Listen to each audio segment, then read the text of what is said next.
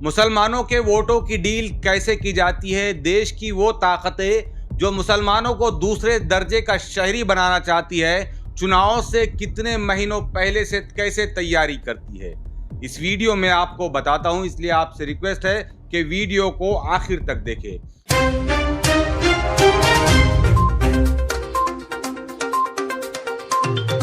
अस्सलाम वालेकुम, आदाब। मैं हूं शारिक नक्शबंदी, आप देख रहे हैं एशिया एक्सप्रेस।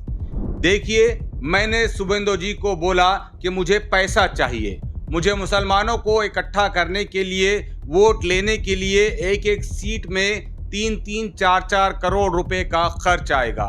टीएमसी पैसा नहीं देती। मैंने मुसलमानों को जो नई नई उम्मीदें दिलाई है उसे पूरा करने के लिए पैसा चाहिए। अगर 1000 करोड़ मिलेगा तो काम बनेगा, नहीं तो नहीं होगा। ये बंगाल के मुसलमानों के वोटों की डील चल रही है। जी हां, आपने सही सुना, मैं कह रहा हूं कि डील चल रही है, वो भी बीजेपी के साथ। ये जो वीडियो आप देख रहे हैं, ये बंगाल के टीएमसी के सस्पेंड किए गए एमएलए हुमायूं कबीर का है।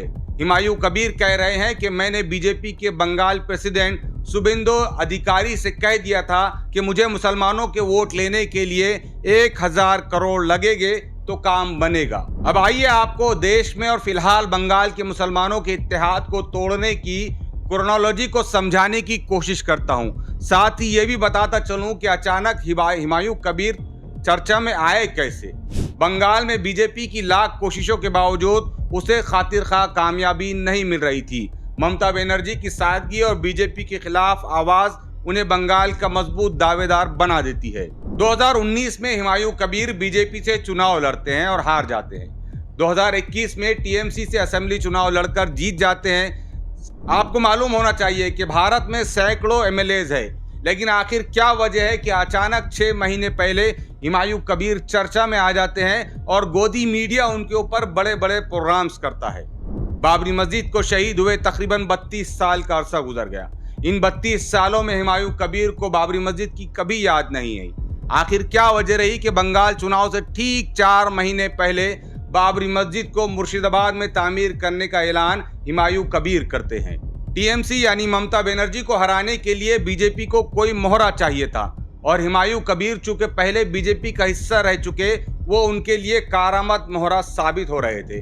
नवंबर 2025 में हुमायूं कबीर बाबरी मस्जिद की तामीर का ऐलान करते हैं। ममता बनर्जी इन्हें पार्टी से निकाल देती है। फिर गोदी मीडिया हुमायूं कबीर पर घंटों डिबेट करता है। अखबारों में हुमायूं कबीर के ताल्लुक से बड़े बड़े आर्टिकल छपते हैं। एक खामोश प्लानिंग के साथ हुमायूं कबीर को बंगाल के मुसलमानों की आवाज और बंगाल के मुसलमानों का हीरो बनाने की कोशिश की जाती है। 6 दिसंबर 2025 को मुर्शिदाबाद में हुमायूं कबीर बड़े बड़े मौलानाओं के साथ बाबरी मस्जिद का संगे बुनियाद भी रख देते हैं और चुनाव करीब आते आते असद ओवैसी साहब की पार्टी AIMIM से गठबंधन भी कर लेते हैं।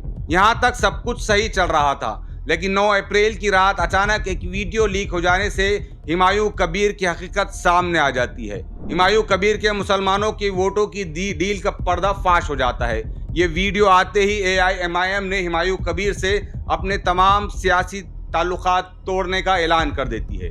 हुमायूं कबीर की हकीकत सामने आने के बाद असदुद्दीन ओवैसी साहब का एक बयान सामने आता है कि हुमायूं कबीर के हालिया खुलासों से ये दिखा दिया गया है कि बंगाल के मुसलमान कितने असुरक्षित है। MIM ऐसे किसी भी बयान से खुद को नहीं जोड़ सकती जिसमें मुसलमानों की निष्ठा यानी मुसलमानों की ईमानदारी पर सवाल उठाए जाए। आज से AIMIM ने हुमायूं कबीर की पार्टी से अपने तमाम सियासी गठबंधन को खत्म करने का फैसला लिया है। तो इस वीडियो में मैंने आपको बहुत मुख्तसरन ये बताने की कोशिश की है कि मुसलमानों के इत्तेहाद को तोड़ने के लिए, मुसलमानों के वोटों की खरीद और फरोख्त के लिए बीजेपी कैसे साल से कोशिशों में लगी रहती है और हुमायूं कबीर जैसे मोहरे कई सारी सेकुलर पार्टी को अंदर ही अंदर कमजोर करने के मिशन पर काम कर रहे होते हैं। वो तो शुक्र है उस वीडियो का, ये उस वीडियो बनाने वाले का कि जिसने ऐन बंगाल चुनाव से कुछ दिन पहले इस वीडियो को लीक कर दिया और हुमायूं कबीर जैसे डीलर्स की हकीकत सामने आ गई। बहरहाल आने वाले दिनों में बंगाल में चुनाव होने जा रहे हैं। हुमायूं कबीर के इस तरीके के डीलिंग वाले बयान के बाद बीजेपी पर इसका कितना असर पड़ता है और टीएमसी को इसका क्या फायदा पहुंचता है, ये तो आने वाला वक्त ही बताएगा। तो ये था हुमायूं कबीर की मुसलमानों के वोटों की डीलिंग से मुताल्लिक एक अहम अपडेट जो मैंने आप तक पहुंचाने की कोशिश की है। इस एंगल से शायद ही किसी गोदी मीडिया के चैनल पर आपको कोई खबर देखने को मिलेगी। बहुत बहुत शुक्रिया।